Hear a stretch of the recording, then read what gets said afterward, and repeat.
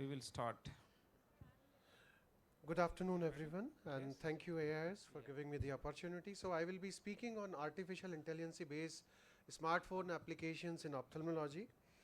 So this mobile-based technology is the future of telemedicine, and these outreach activities would be centered around the home. Especially we learned this thing during the COVID time. And the visual acuity and visual field screening apps, there are a lot of availability, and they are capable of detecting visual degradation even before they present to a healthcare professional. And the patient feel more engaged and improve their compliance with these applications, and the smartphone applications are capable of improving the disease outcomes. So there are more than 700 applications with eye care themed, and out of this 259 applications are of some or the other use for the general health care, and 131 applications are relevant exclusively for the ophthalmic practice. Regarding the cost, 76% of the applications are available free of cost, and 22% need a monthly or annual payment, and in about 2% of the applications they provide free trial also. As we see the distribution of application as per the utility and operating system, so they range from the vision screening, eye exercise, professional education, data collection, up to amblyopia. As per the reviewer rating and validation, because that is the most important aspect of these applications, so it lacks in this perspective. So 13 applications had more than 500 reviews, and all designed for these eye care professionals, and this eye test application designed for general public, they have the largest number of the reviewers ratings, and the application with maximum reviewer rating is a smart optometry app with 50,000 download and 680 reviews. Validation, very important aspect, only 4% application are claimed by the developers to have undergone some validation test, and My Vision Tracker is the first ophthalmic application to be US FDA approved in 2014. And as we look the mind map of the scope of this smartphone application eye care, so it ranges from the e-books, surgical videos, to the vision screening, and in the eye exercise also. So I will take examples of few of these applications because time is only 7 minutes. So first is the peak acuity application, which is highly validated, developed by the International Center for Eye Health, Department of Clinical Research in London. And this is an efficient tool for the school screening and can be used by non-ophthalmic staff in emergency. Ophthalmology guide, well organized and topic oriented ebook application, systematic detail of every topic and subspecialty including latest ophthalmic instruments, clear categorization makes very convenient for the ophthalmologist.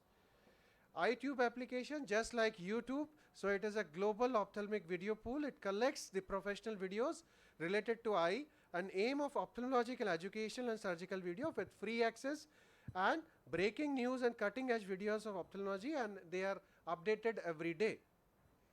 Community eye care application, it is a free online and offline access to peer reviewed articles.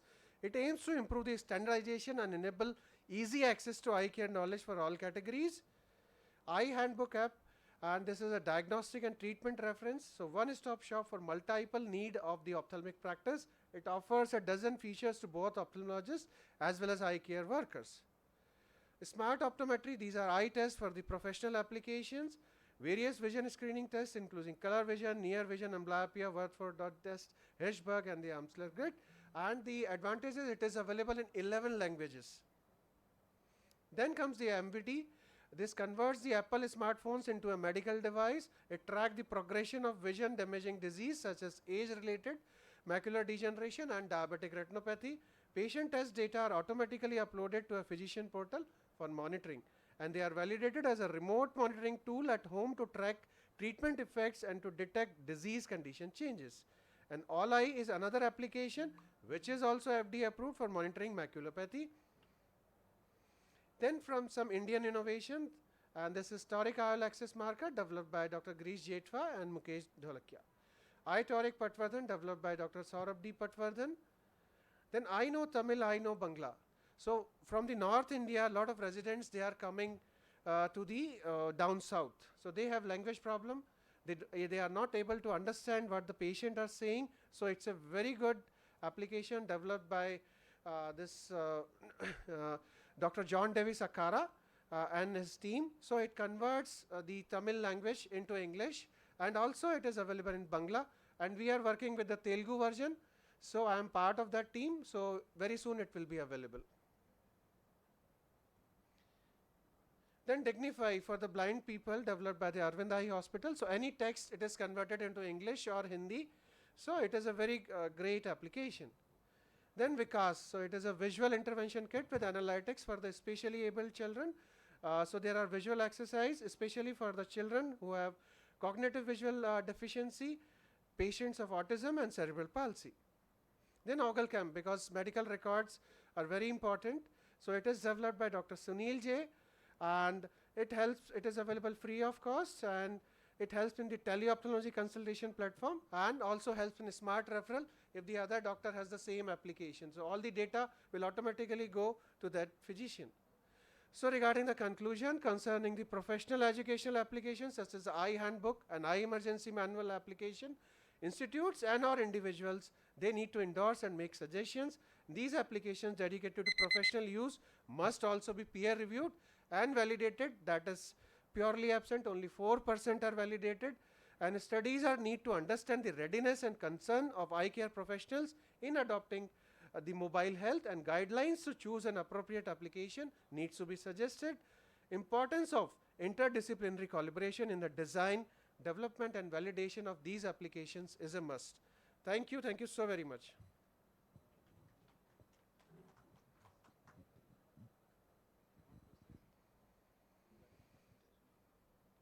Thank you, Dr. Moria. And I think we are already running late. I would invite in something from the audience if any questions are there. There's a request.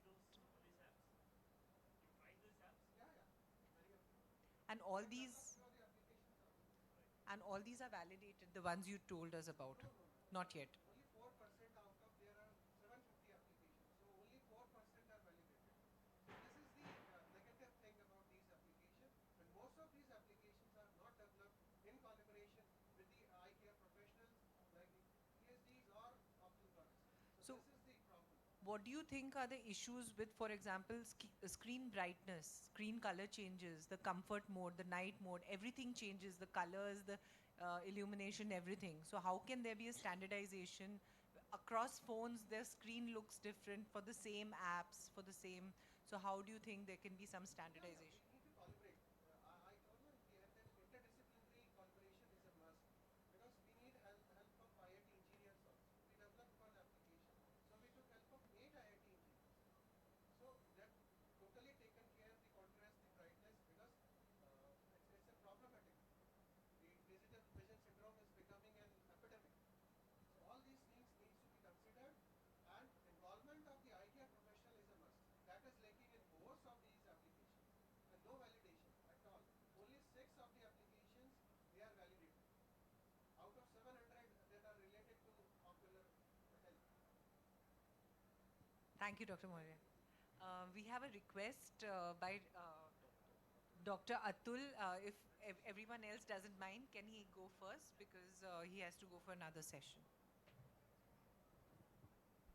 So Dr. Atul will be speaking about Do It Yourself Innovative Fundus Imaging System. Yes. Dr. Atul, please. Good afternoon, everybody.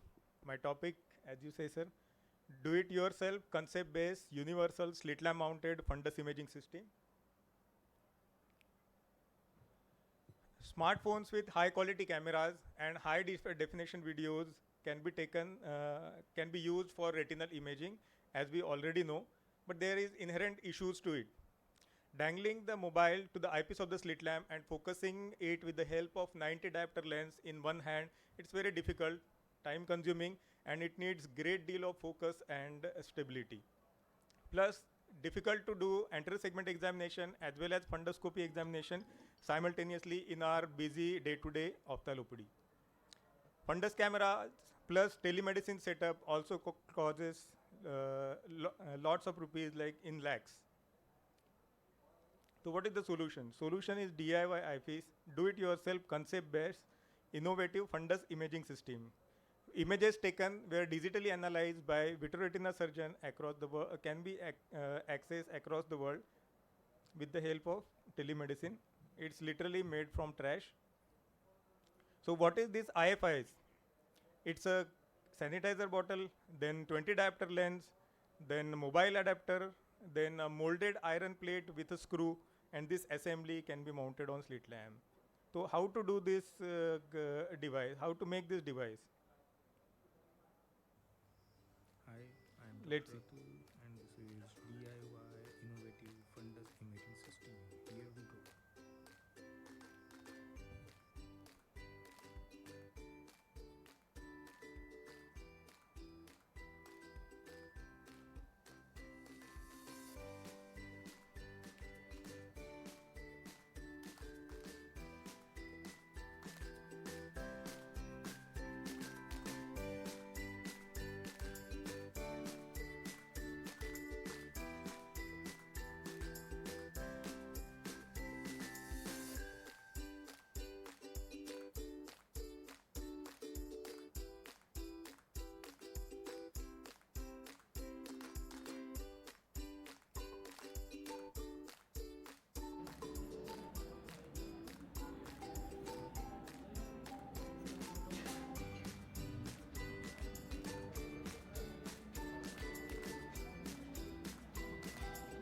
उसका तो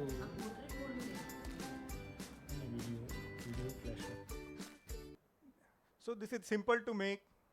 If you want to screen any particular quadrant, just ask the patient to look into that quadrant and just move the joystick as we see as we use slit lamp and scan the different quadrants and take capture the picture. This is one video.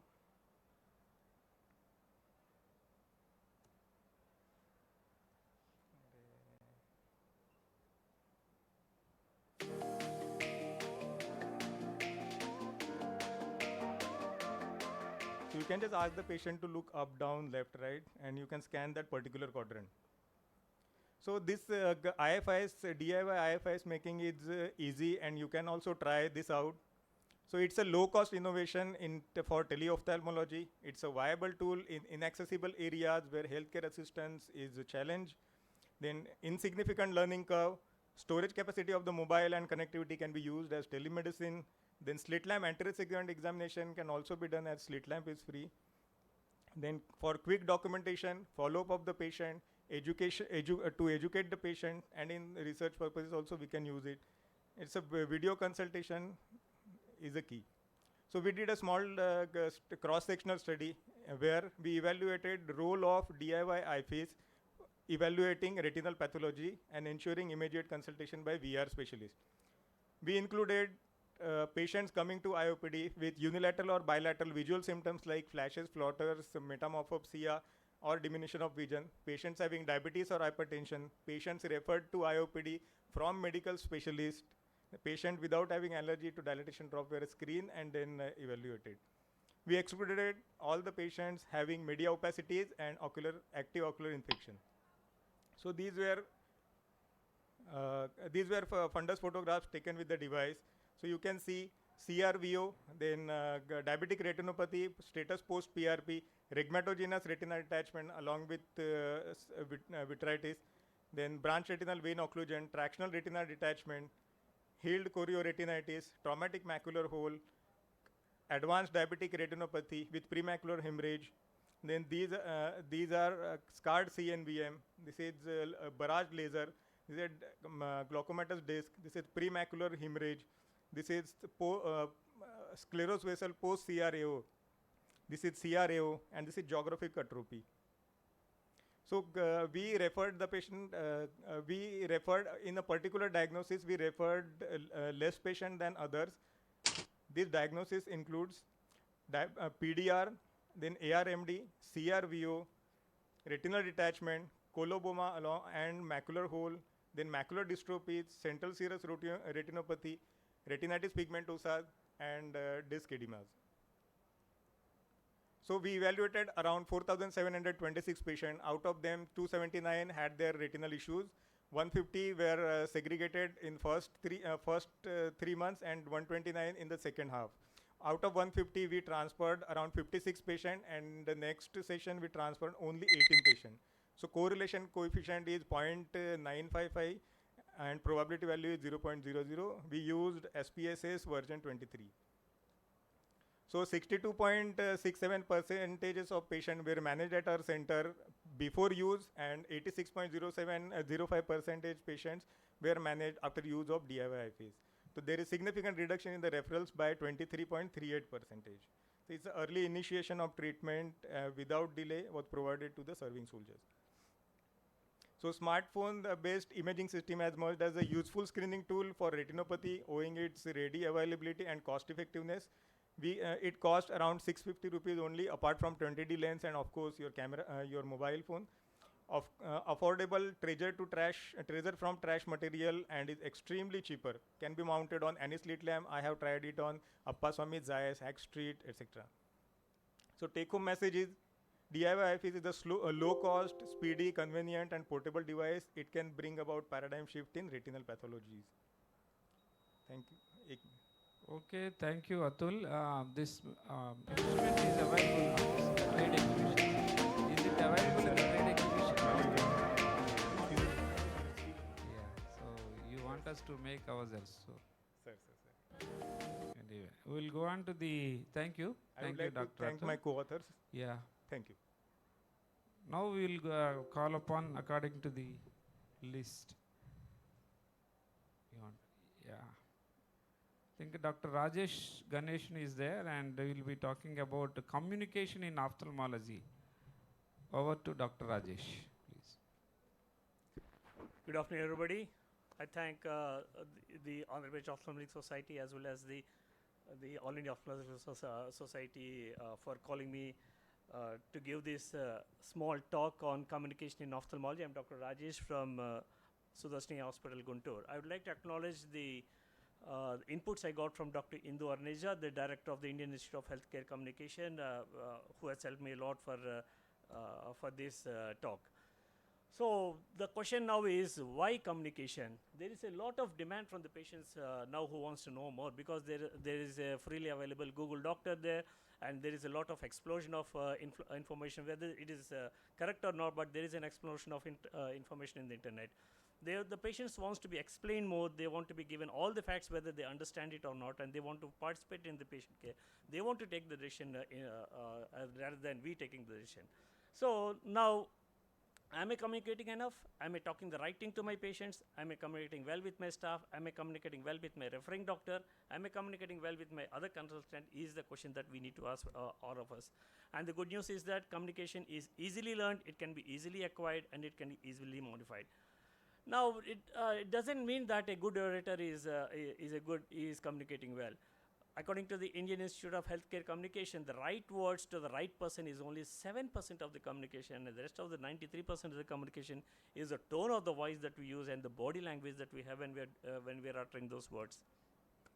Don't when the patient comes to your for your consultation, don't have a approach like that, watching your mobile phone or texting on your mobile phone or talking to somebody on your mobile phone. You should always have a positive attitude. Don't feel that the patient is a burden to you. Be happy that you're attending to the patient. There are so many doctors who are not able to get a proper number of consultations. You should be happy that you're attending to the patient, and show that happiness by way of your attitude towards the patient, and demonstrate your willingness to engage in a conversation to your patient.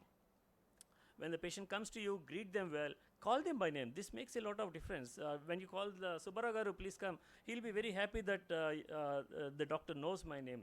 And make an eye contact. Don't keep looking at your phone. Make an eye contact to your patient. Smile to them and listen to them attentively. Maintain an open posture. Lean forward. Pay attention and by nodding and smiling appropriately.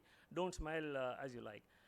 And use the appropriate tone, not rude or harsh or intimidating words, and use the right words with the right tone.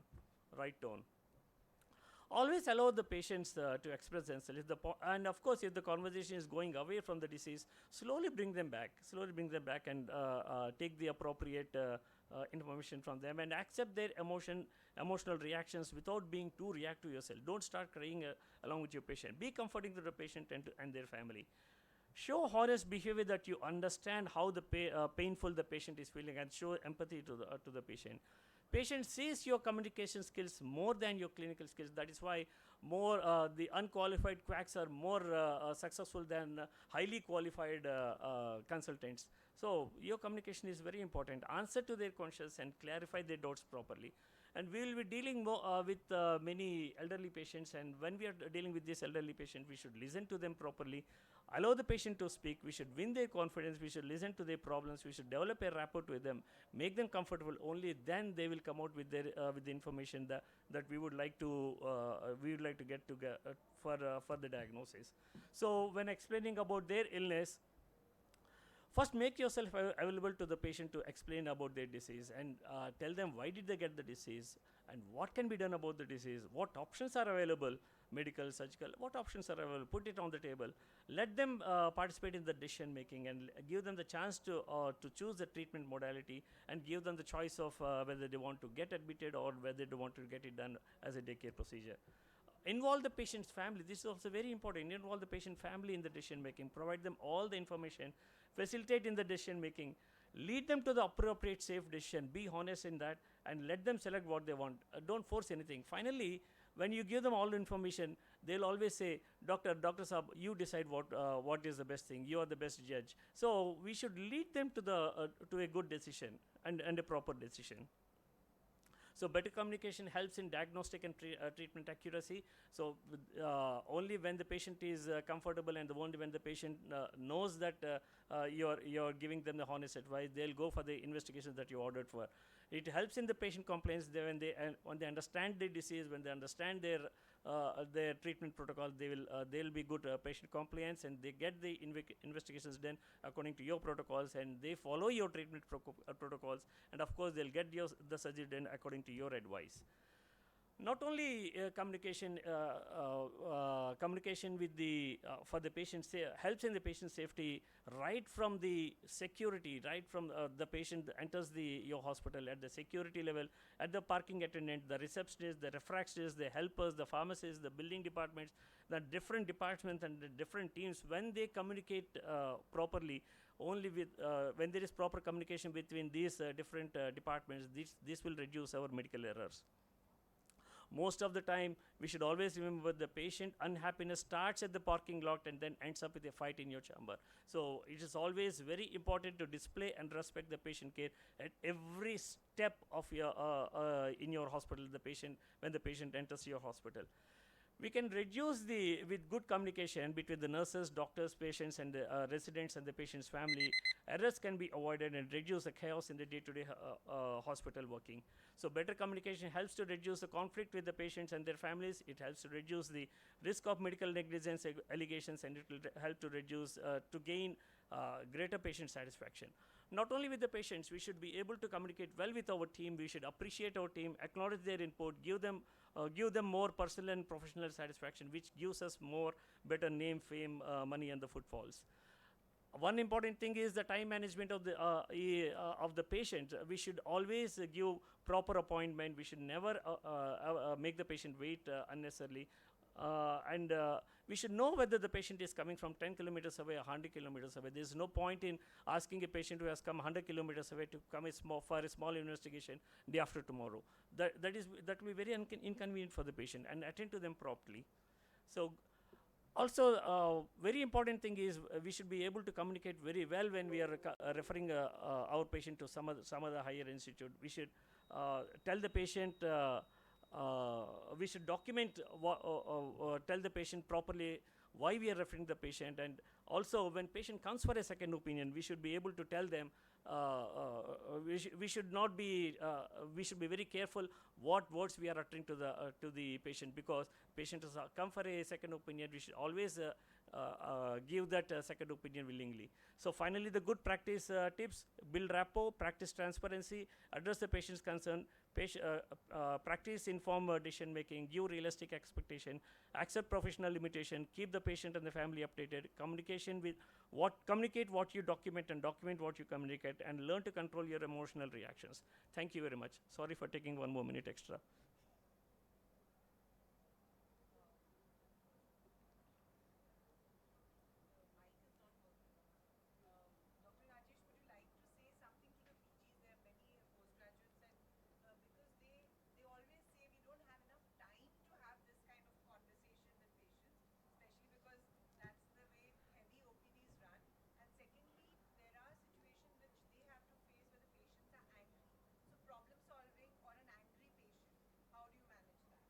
always be honest to the patient. See, you are trying to help the patient, right? See, for mostly the postgraduates, and see, when you're dealing with one patient, that one patient is your responsibility to work up that particular patient. Sometimes you want to leave the patient in the middle of an examination, go for something else. No, that is not the way. Honestly and sincerely attend to that one particular patient, because the rest of the 99 patients is not your responsibility. It is the responsibility of the consultant. The consultant has given you one single patient, and that patient has to be worked up very well. And always don't give your decision to the patient, because you may be right, you may be wrong. Always just do the investigations that your consultant has told you to perform for that particular patient, and give your result to the consultant, and that consultant will decide what to talk to the patient. Always being very honest to the patient is not also the right thing, because sometimes you may not know what is going to be the repercussions later. So you give your this is for the postgraduates. You give your results to your consultant, and the consultant will decide what to do, and they will give the appropriate treatment to the patient. I hope that I answered that. Okay, Dr. Rajesh, is really nice presentation, and these communication skills applies even for all the departments. In Everybody. fact, not only ophthalmology, any department, any faculty. So these are all very important, and we really appreciate for your nice presentation. Thank you very much. Is to learn how to extract maximum from those short duration of 3 years when you're doing a residency. There are a few points to remember. Embrace your cluelessness, take criticism positively, practice technical skills early, expand your study material, learn to have difficult conversations, and balance to avoid burnout. These tips are taken from AIO Young Ophthalmologist section. Embrace your cluelessness. Accept that you are starting from square one. Learn to ask questions. Don't have your ego coming in front. Ask your faculties, ask your seniors. Keep it simple.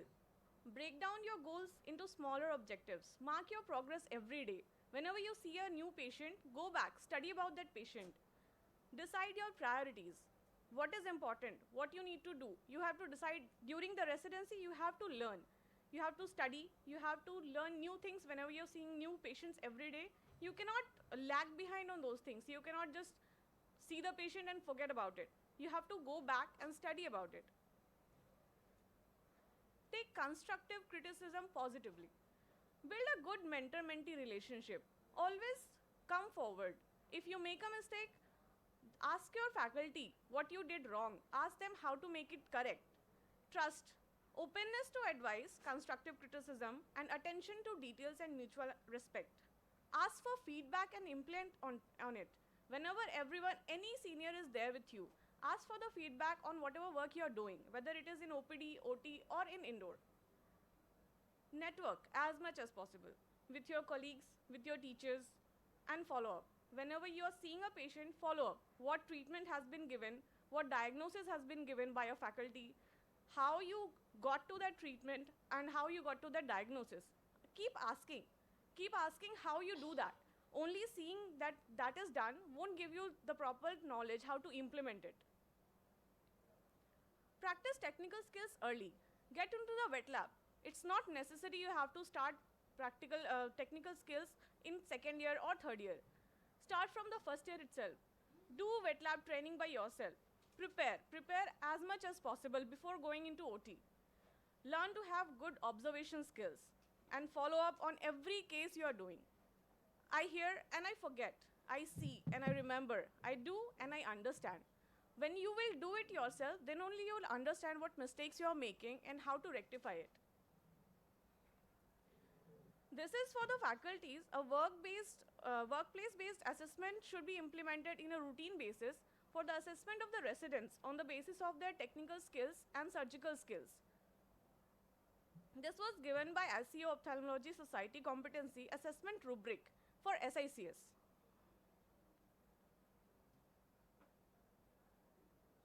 This direct observation of procedural skills should be available to the residents.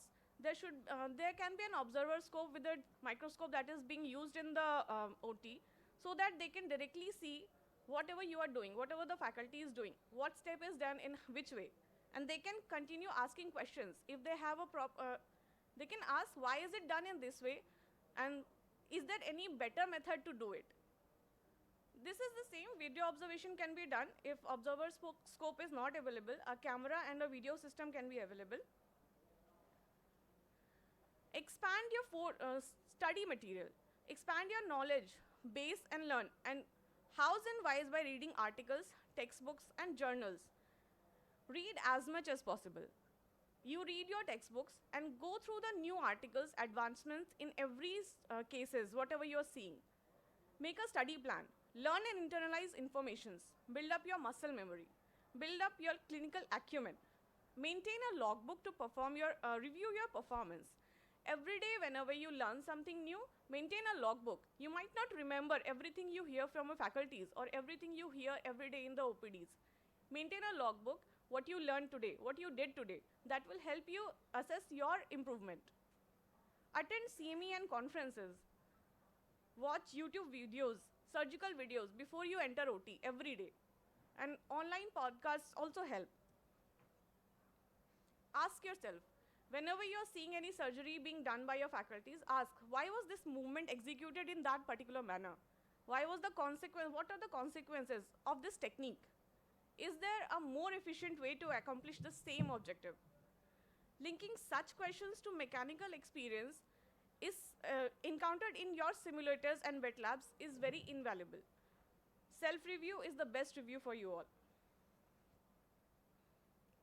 These are some online resources that you can go through. There's an e-ophtha, cataract coach, or eye focus videos. These you can use to enhance your knowledge. Learn to have difficult conversations. Learn to communicate with your mentors. Ask them questions. Even if they get irritated, keep asking them questions. What you want to know? What are the difficulties in diagnosis a patient? Learn to talk in public settings. Give papers, give your speeches. Learn to counsel patients. Whenever a patient is scared, learn to counsel them. What are the consequences of the treatment they are getting? What are the treatment options available? Learn workplace conflict resolution. Do not have conflicts between your colleagues. Learn to talk to them. Improve your penmanship and documentation skills. That is very important. Take a proper history and write it down properly. Take the proper follow-up chart so that you can assess what was the history given, what are the treatment given, and what are the improvement in the patient. Last is to balance to avoid burnout. You have 3 years, you have to work hard, but you do not have to work so hard that you don't want to do it anymore. You should be getting some time. Take out 1 hour in a day, relax, do something that you enjoy. Take time to pursue your hobbies and have a life beyond ophthalmology. Go with the flow, embrace your weakness, and build your strengths. Thank you.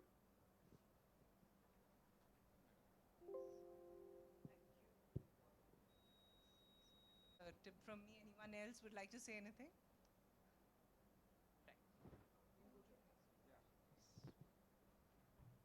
Vardhan is not there. Dr. Vishnuvardhan. So we will go on to the other one. Goswami. Dr. Goswami is there? No.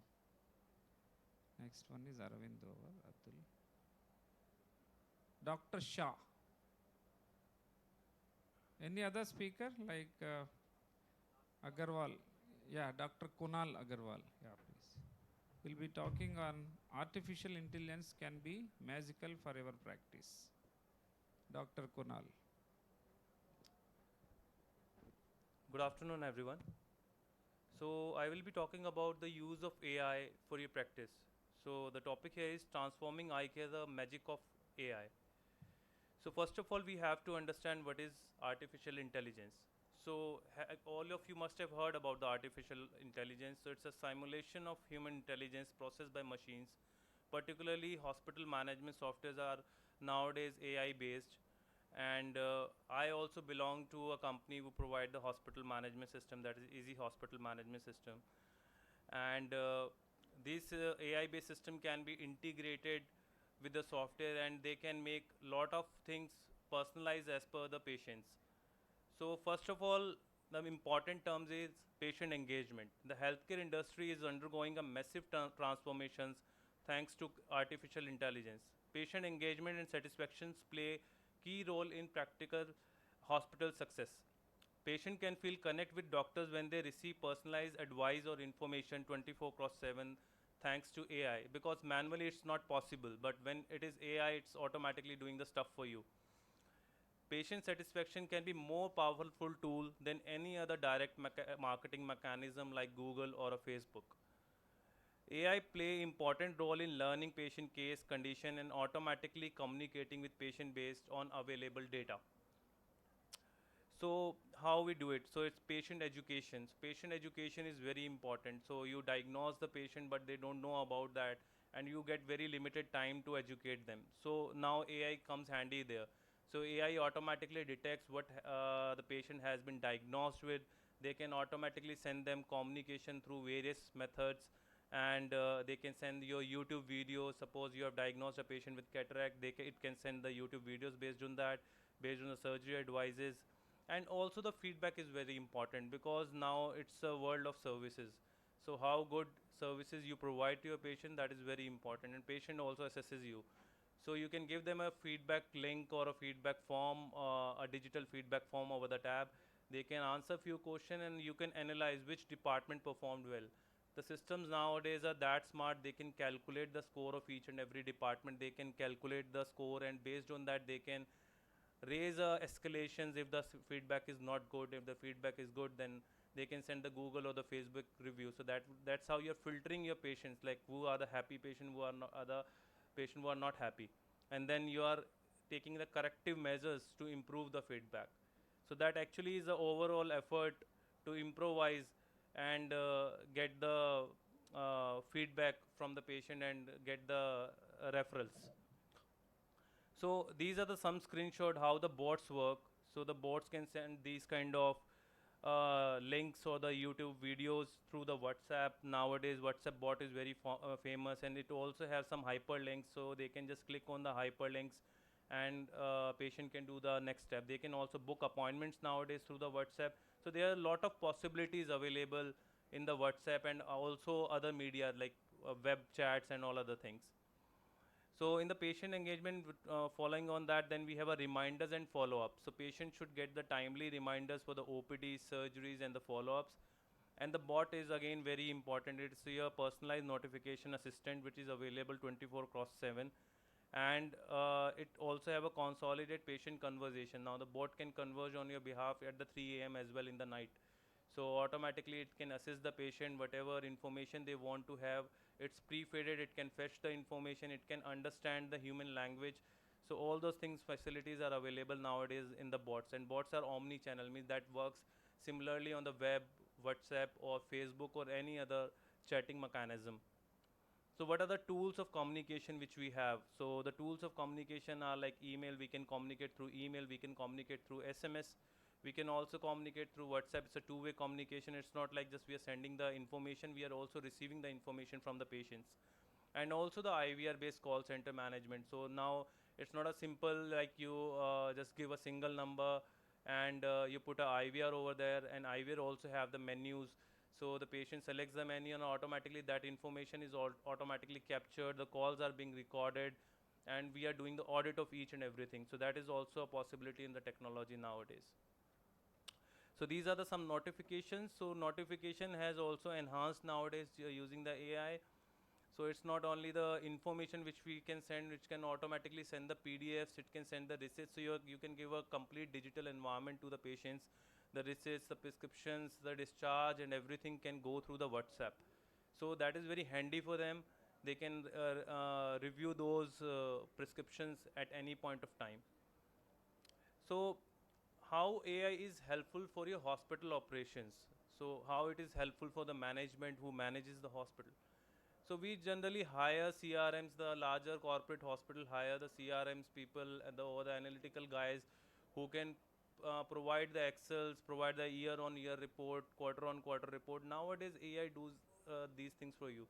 It can automatically jot down all the data and provide you these reports through email, through WhatsApp or any other mechanism.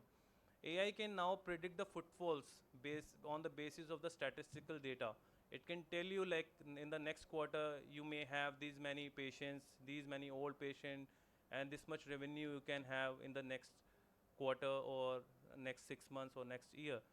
So this is actually the predictability AI can have, and it can also provide you the critical stats to improve the efficiency. So there are several parameters where the AI can focus and give you the alerts and notifications. So basically what exactly is the hospital management system? It includes the medical records, and also now it is used for the medical research and compliance. It can also support your clinical decisions. It can also help in remote patient monitoring. It can help in camp management and also AI based analytics. So that's it from the presentation. I think I'm within the time limits. Thank you. Okay, thank you, Agarwal, Kunal Agarwal. And if any other speaker is there from this group, your good name, sir? Yeah, Dr. Mehul Shah. So you want to present your, yeah, please. Dr. Mehul Shah will be talking on use of anti-chamber maintainer as a tool in current ophthalmology. Dr. Shah. I'll try to make it short. So we have to understand, all are familiar with this tool.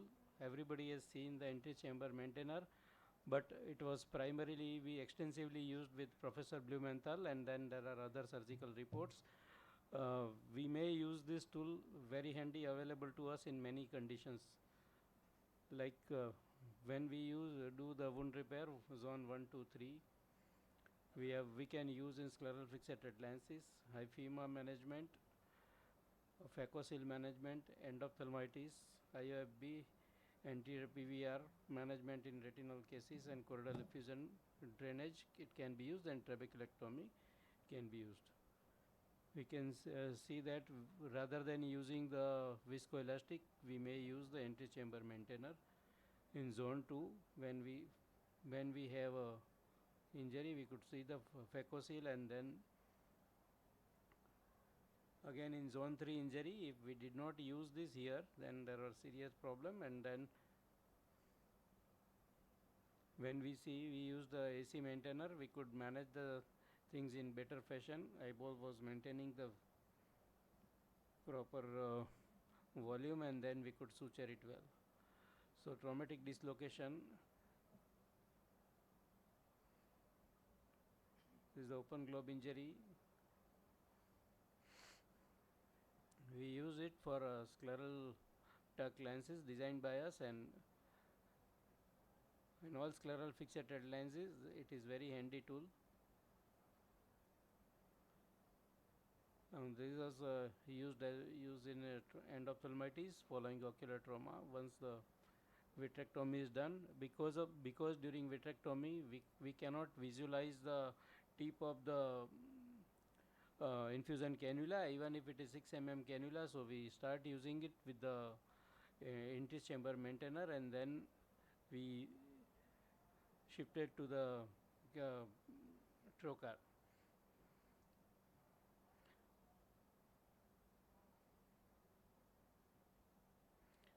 So these are the cases where hyphema,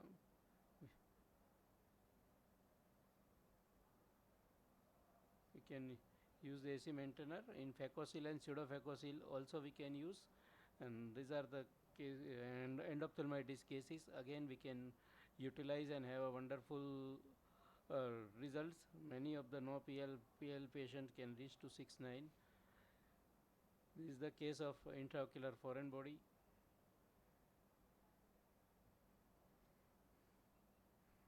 After doing vitrectomy using AC maintainer, we can find this.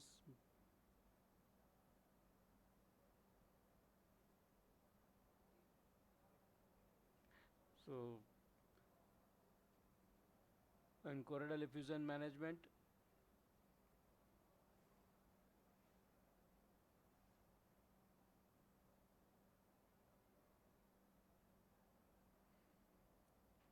when we try to use the trocar, it becomes difficult because it may go to suprachoroidal, but when we increase the pressure through entry chamber, we can see the drainage of choroid. Here we try to do it through the trocar, but we had a problem, so we developed this technique using entry chamber maintainer.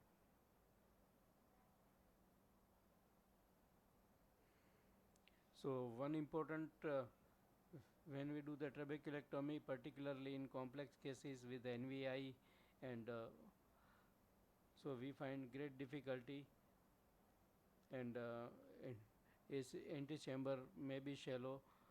If we use this entry chamber during trabeculectomy, the sudden loss of pressure will not be there and causes the less incidence of choroidal effusion and shallow AC. So that has helped to in complex trabeculectomy cases.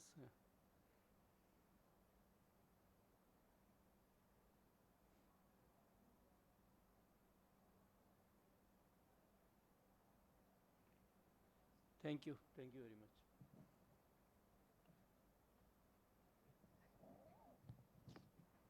Thank you, Dr. Mehul. Actually, many postgraduates nowadays would not even see it being used. So, can you give them a tip as to how to insert it, how to avoid a decimate detachment also, please? It is very important to, these are very simple tool of no cost. Just it has got a thread and thread with the cannula itself. So when you use the MVR blade 20 gauge, it also is a 20 gauge. Once you insert, then you can fix it towards the 6 o'clock of the your entry chamber. So the flow and the pressure you can control with the height and gravity. So what happens when you want to maintain the volume, you can use this in any such condition. I enumerated all these conditions. It's very useful tool, because suppose if it open globe and injury, if I use it in zone 1 and zone 2, if I inject the viscoelastic, the incidence of secondary glaucoma is very high and it causes serious problem. So if you use this, secondary glaucoma will be eliminated. In So scleral fixated lenses, yeah, how to insert that? You want to give an incision at the limbus, or no, you simply use the MVR blade of 20 gauge and have an entry into the entry chamber, then use the same path to insert that. The threaded part will be causing fixation of the cannula inside. AC maintainer.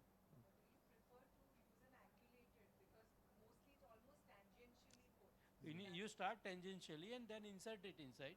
So it is self-retaining tool. It will be in the place for throughout the surgery. So try not to put it radially. Start tangentially near the inferior limbus at 6 o'clock, as he said, and then it goes threads into that. You need to thread it. It's having that screws. Yeah. Thank you, Dr. Shah. It's really useful talk, and you showed that many cases can be maintained with this Blumenthal cannula. Okay, thank you. Yeah, please. We could have a photograph of whoever is present as keepsake, and we can close the session if no one has questions. Anybody from the audience to want to ask some questions, or any other presentees like Dr. Goswami, Dr. Vishnuvardhan not there, so we'll close. Yeah, okay.